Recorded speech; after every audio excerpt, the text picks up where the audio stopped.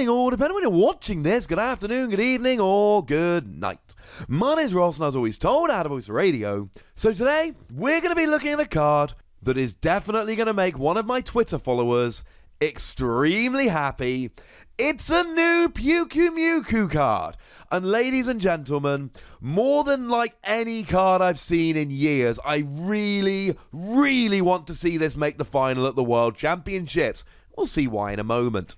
So, starting off with the basics then, it has got 70 HP, which is kind of annoying, because it means it can't be searched out with Professor Elm's lecture. Having said that, it is a water Pokemon, so you can use Brooklet Hill to search it out. So actually, I can live with this. Plus, it means that a Tapu Bulu using Horn Attack will not get a one-hit KO, and a Golisopod using First Impression that did not become active this turn will get a one-hit KO, so maybe it's worked out. Other advantages of being a water Pokemon includes that you can use Aqua Patch to accelerate energy, as well as the combination of Naganadel to accelerate energy to itself, and Quagsire to move that energy to whatever your active Pokemon happens to be at that particular time.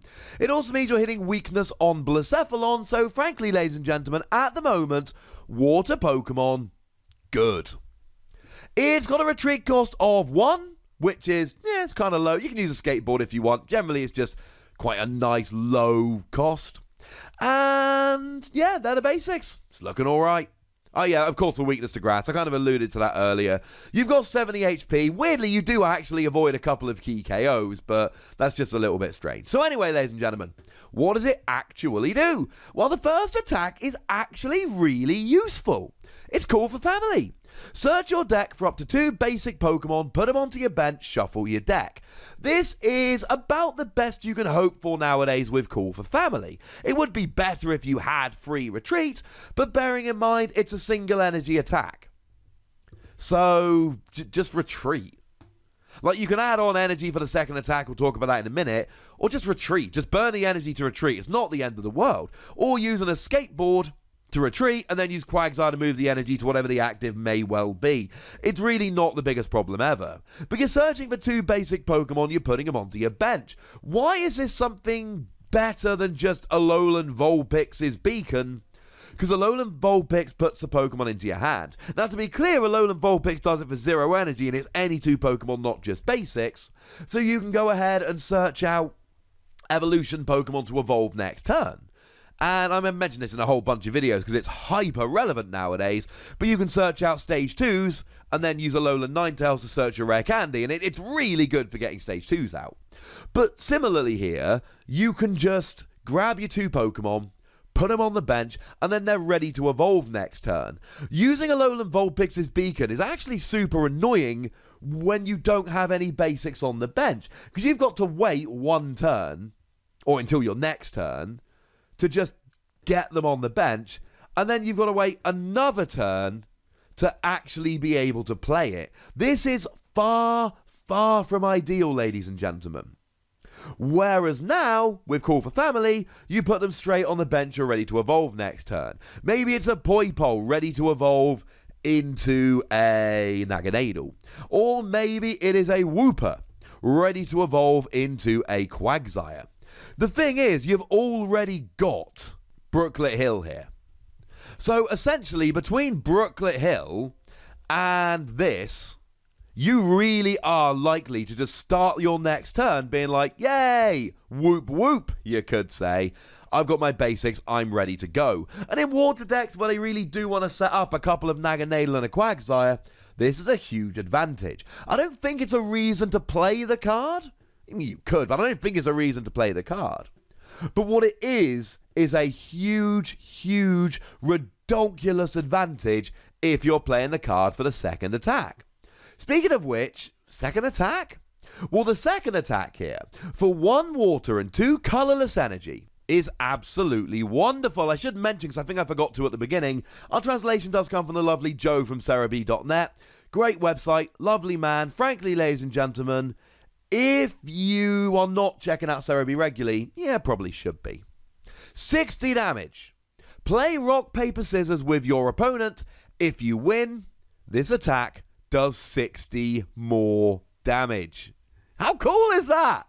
You literally have to play rock, paper, scissors, and the winner, if it's you, gets to do an extra 60 damage. Now, this is rife with problems. Because what happens if your opponent's just like, no, you didn't win? Or what happens if your opponent waits to see what you did and then a split second later shows theirs? There are all kinds of potential cheatings that could be going on here.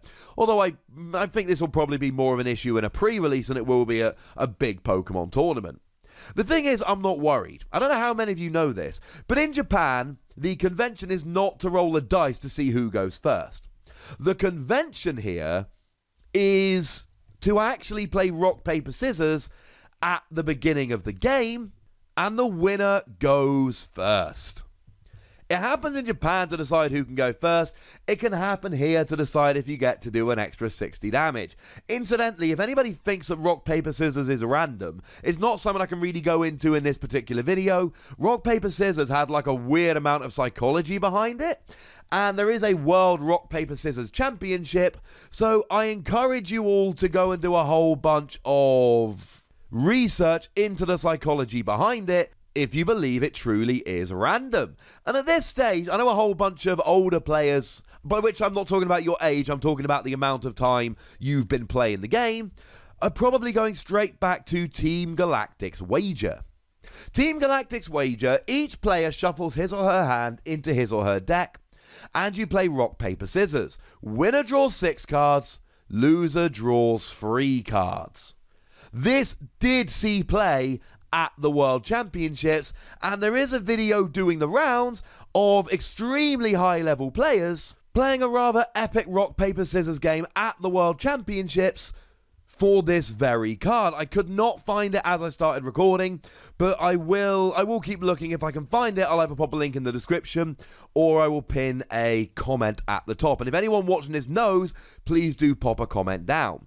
Here's the thing though, this was not a joke card because it had rock, paper, scissors. This was played at the World Championships. Jason Klaczynski won the World Championships in 2008 with a Gardevoir focus deck that played 2 copies of Team Galactic's Wager.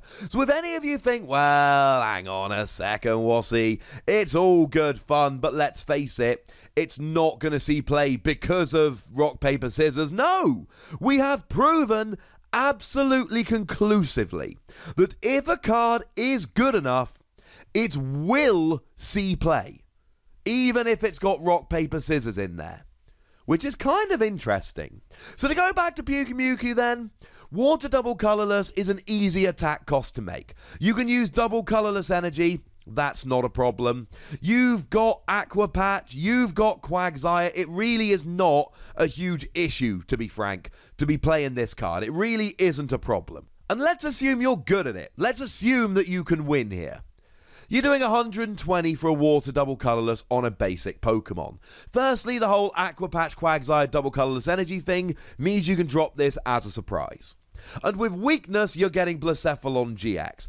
At a Choice Band, I cannot say for certain, but with a Choice Band, you'll be up to 300 damage with weakness, and we know we're getting Reshiram and Charizard Tag Team GX, and unless it has more HP than Magikarp and Wailord, which it definitely won't, you'll be getting a one-hit KO. It's weird talking about getting a one-hit KO on a card we haven't even seen yet, but I'm doing it, ladies and gentlemen. I'm doing it. The point is, with weakness, you're absolutely golden. You will smash anything with weakness. Without weakness, however, things get a little bit more complicated.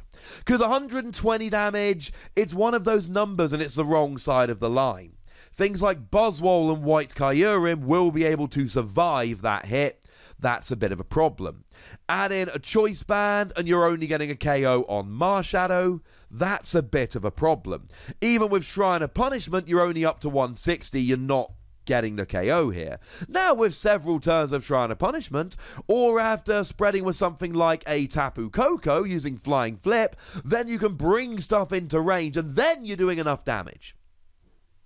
But you're not doing enough damage initially. The fact that this is great for weakness, And the fact that it's got a really easy to meet attack cost, and the fact that it's on a basic Pokemon makes me really like this. I don't think we'll get a deck themed around Pyukumuku, but I do think that this is a really good tech in water decks as a non-GX single prize Pokemon that can get some prizes. I mean, this is just really good for KOing something like Blacephalon. And okay, Quagsire can KO Blacephalon, but you kind of need Quagsire for the ability, so use Pyukumuku. I'm giving it free Wassies, ladies and gentlemen. I think it's a good card. I think it's got potential. I like it rather a lot. But I would like to know if you like it. So please do let me know in the comment section. Go nuts. But please do remember the most important rule as always. Be nice, would ya? And then make sure you like this video, subscribe to this channel, follow me on Twitter at TheWassie, and Twitch for some live action at twitch.tv/PTCG Radio.